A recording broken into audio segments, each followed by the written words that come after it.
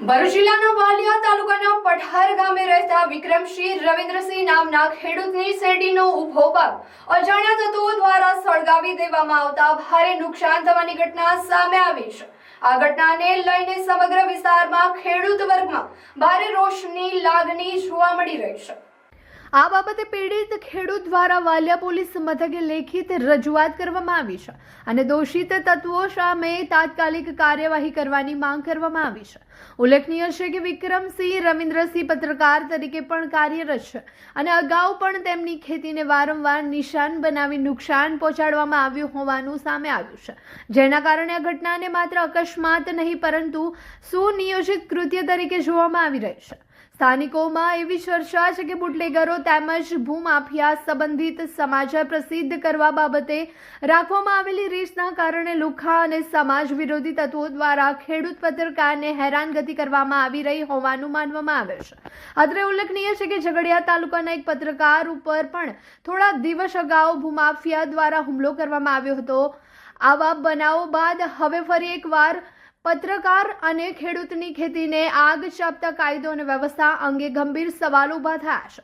આ સમગ્ર મામલે પોલીસ તંત્ર દ્વારા તાત્કાલિક અને નિષ્પક્ષ તપાસ હાથ ધરી આવા સમાજ વિરોધી તત્વોને ઓળખી કાયદેસરની કાર્યવાહી કરી જેલના સળિયા પાછળ ધકેલવામાં આવે તેવી માંગ ઉઠી છે।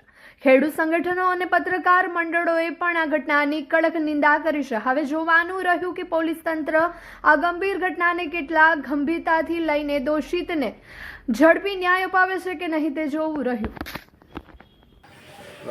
ખેતીની જમીન વહીલો પાડી છે એ પણ કરું છું અને ધારીકે સુગર ફેક્ટરી 2025-26નું લગભગ 5.5 એકર જેવું શેરડીનું વાવેતર કરેલું હતું। એ વાવેતર ગત તારીખ 3/2/2026ના રોજ હું એક મારા ફેમિલી સાથે ધાર્મિક કાર્યક્રમમાં ગયેલો હતો। એ દરમિયાન ઘર બંધ જોઈને અસામાજિક તત્વો દ્વારા લગભગ 10-10:30 વાગ્યાના અરસામાં રાત્રે કોઈ અજાણ્યા ઈસમોએ શેરડીના પાકને નુકસાન કરેલું હતું અને આ જ રીતના ભૂતકાળમાં એટલે આગળના વર્ષોમાં પણ બુટલેગર અથવા તો પછી ભૂમાફીઓ દ્વારા અવારનવાર અમે કોઈક સમાચાર ચલાવતા હોય તો એને આ લોકો ધ્યાનમાં રાખીને ઘણા વર્ષોથી આ રીતના અમને નુકસાન કરે છે। તો અમારી અપીલ છે કે અમારું જાન અને માલનું નુકસાન જે થાય છે એ અટકે અને પ્રશાસન યોગ્ય કાર્યવાહી કરે એ અમારી નમ્ર વિનંતી છે।